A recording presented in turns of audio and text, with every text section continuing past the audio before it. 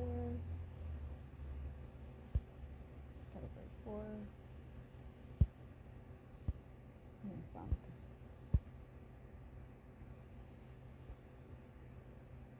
Category 5.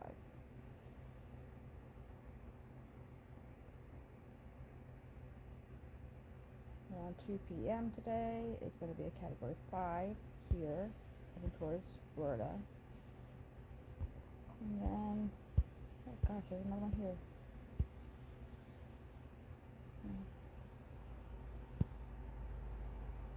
That is currently category 4.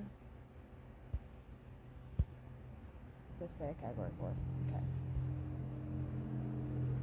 So, Hurricane Kurt is a category 4. And close this one out.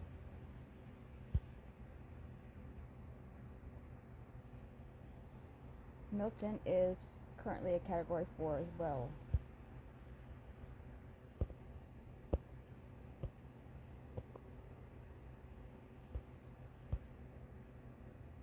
But is going to jump up to a category 5 around 2 p.m. So around 2 p.m. we'll have a category 5 coming through here. That is going to calm down a little tiny bit. Just enough not to completely destroy and take off the whole tip of the peninsula at around 2 o'clock. And then, of course, this one, that's heading towards,